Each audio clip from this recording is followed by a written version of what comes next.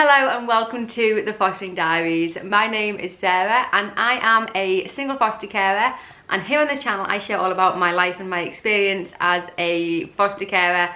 I also hopefully share some useful advice and tips that help to new prospective foster carers. If that sounds like something that is of interest to you, hit that subscribe button, hit the bell to get notified of when I post new videos. It's normally on a Sunday, just so you know. But yeah, hit the bell, hit the like for this video, and let's get into today's topic, which is all about choosing the age range that you are going to foster. Now, I was asked this question over on Insta. If you don't follow me over there, it's just The Fostering Diaries. It's linked down below. Quite a lot of you do DM me over there asking for advice and tips and things. Feel free to do that if you would like. But somebody asked me the question of how do I choose what age range I'm going to foster? They're thinking about becoming a foster parent, and how do I choose the age range that I want to foster? It's a really strange one to me, because when I was going through the assessment process and beginning to foster, it was so blatantly obvious to me who I was going to foster, the age range, like my preferred age range. And I guess because it was so obvious to me in my circumstances, I didn't realise that other people would sort of question what they should do. So yeah, it was a query that I didn't realise people had, but I think a lot of you do have it, understandably so. And so I'm just gonna hopefully give you some advice on how to choose. For myself, like I say, it was just so obvious what I was gonna initially do, because I used to be a primary school teacher. I specialised in early years when I was doing that, so sort of like 3 to 5 year olds. I then later in life, when I had Stephen, well, I had Stephen quite young, but when Stephen was born and a little bit older, I became a childminder, looking after predominantly younger children. Younger children is where kind of my specialism is, I would say. I've done a lot of training and learning over the years about early childhood development, and it was just so clear that that was where I was going to fit the best. That's where I could be the most value and offer the most to these children. Like, if I think about like teenagers, honestly, I don't like teenagers. I don't like my own teenager half the time. Teenagers are dicks. So I think I'm going to be a very good parent to a teenage foster child. It's just not for me right now. That's not to say that maybe in 10 years time I may feel differently, but for me right now, it's just not for me. Some people foster teens and are amazing at it, and they are so wonderful for the children and they enjoy it themselves, and good for them, but it's just not my thing at all, and I know it's not. And so I just avoid it, to be honest, because I know I'm not the right person. There's better people than me out there. In terms of how to choose for yourself, I think that one of the first things you should think of, if you have your own children, obviously if you don't have your own children, this won't apply, but if you do have your own children, think very carefully about the dynamics of that. And there is no hard and fast rule here. It is all individual to your own family. Some families really don't like to change the order. So say if they have, as the foster family, say there's mum, dad, there's a 5-year-old and an 8-year-old. Some families will only take children younger than that, which is fair enough. They wouldn't want to break the age order, which I completely understand. So they wouldn't want to take like maybe a 3-year-old and a 7-year-old, because that sort of messes up the whole age order in their family. And I completely understand. That's not some kind of rule that you have to follow. That's just, you know, how some families feel. But if your children are of an age where you can have conversations with them about this, definitely do that and see what their opinions are on it. I had, when I started fostering, how old would Stephen have been? 13? 12? About 13. He was about 13. So we had extensive conversations about what he felt comfortable with, and you know, what he didn't feel comfortable with. And he absolutely didn't want children around the same age as him, which I definitely would agree with for us and our family. And I think that it can cause potential issues, that if you have a 7-year-old and you foster a 7-year-old, there's that sort of rivalry and competition aspect that can come into it. And I just didn't want to do that. I didn't want to. Stephen said to me he didn't want anyone around his age, and so I just respected that completely.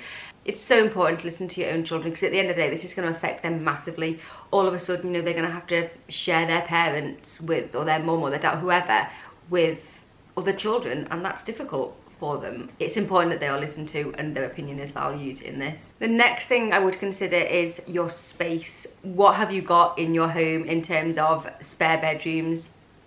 Obviously that is a big limiting factor on sort of how many and who you could take. If you don't have a spare bedroom, and you don't have to have a spare bedroom to be able to foster, under 2s can stay in your bedroom as the foster carer.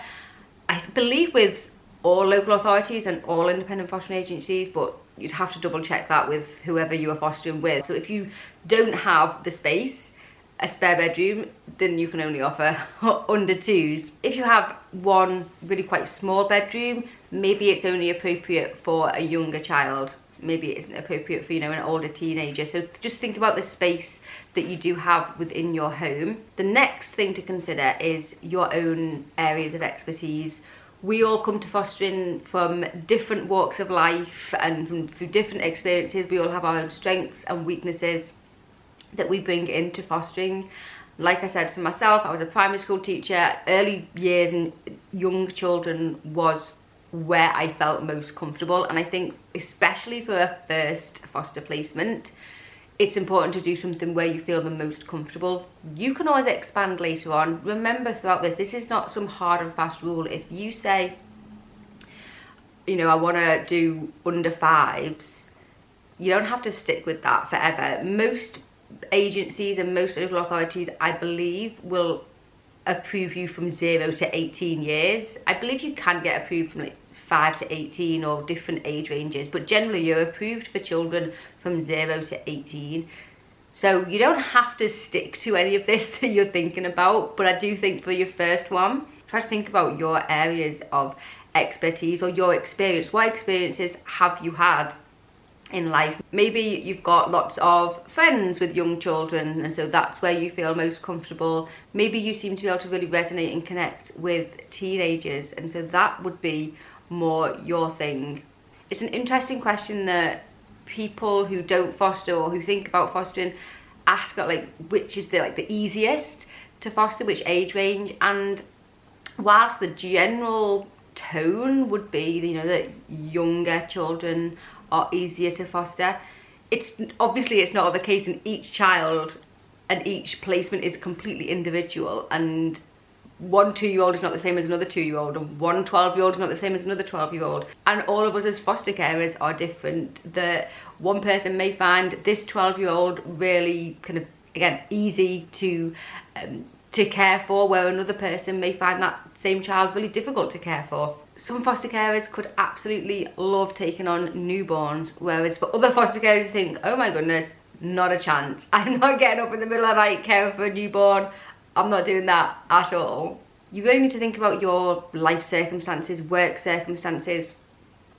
Are you going to quit work to be a foster parent, or do you want to continue working? I think that people have this misconception that you have to quit work to be a foster parent, and you absolutely don't. You can carry on working and be a foster parent at the same time. There's no reason why you can't do that. As long as you are able to provide love and care, a safe, stable home for the child, that's absolutely fine.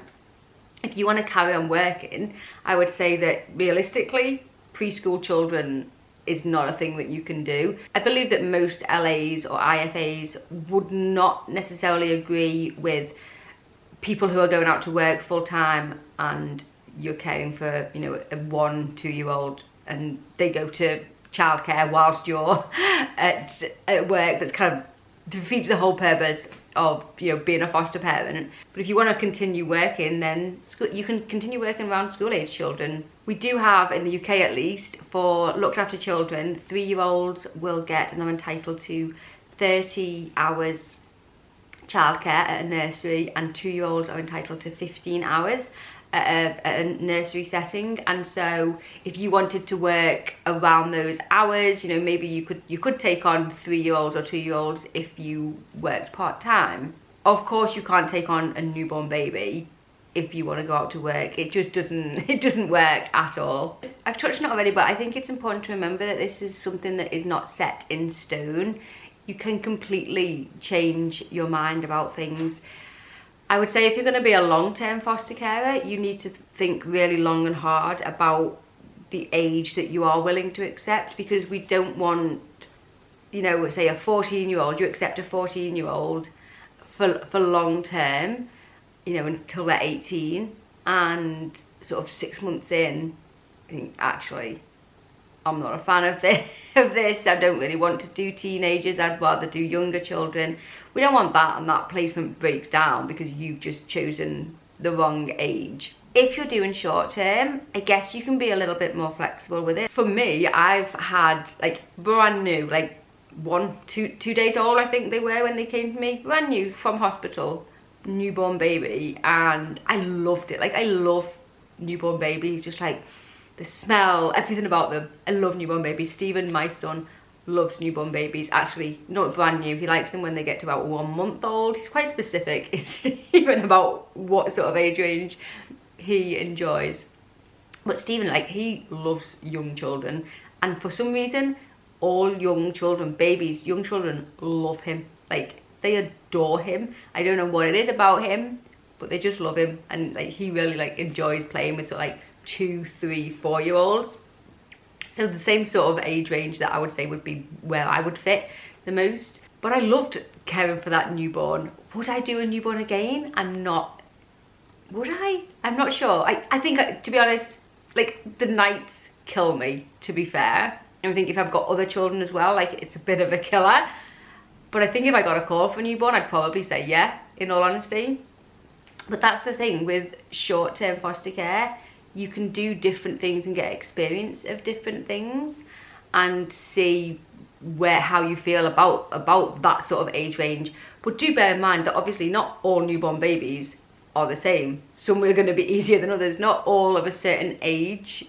Not, like I say, like, not all 3-year-olds are going to be the same. Some 3-year-olds will have suffered some huge traumas in their life that others maybe haven't, that come into care. And so it's not necessarily all up just about age. Like, I'm finding now that I've got these 3 siblings with me, actually I'm really enjoying that they go to school, or, you know, go to an educational setting at least some portions of every single day. Like, before that, I had 18 months of caring for children who didn't go anywhere, and that's hard work. And don't get me wrong, like, I loved it, but that's full on and that's hard work, that if they don't go anywhere, and so like under 2s won't go anywhere, they won't have any educational setting. There's something quite nice about having at least a portion of every single day to myself, and I'm edging towards getting school children from now on, to be honest. I'm into this, I quite like it. And I think that if you think about yourself and where your strengths and weaknesses are, you'll be able to come to kind of an age range that does work for you. But I hope that has been of some help. I'm not entirely sure if it was, but yeah, they are my tips for kind of thinking of an age range. And remember, it's not, like I say, it's not a hard and fast rule, and you can change as you go through your fostering journey. Thank you so much for watching. If you haven't already subscribed, make sure you subscribe. If you haven't already liked this video, like this video, and I will see you next week. Bye bye.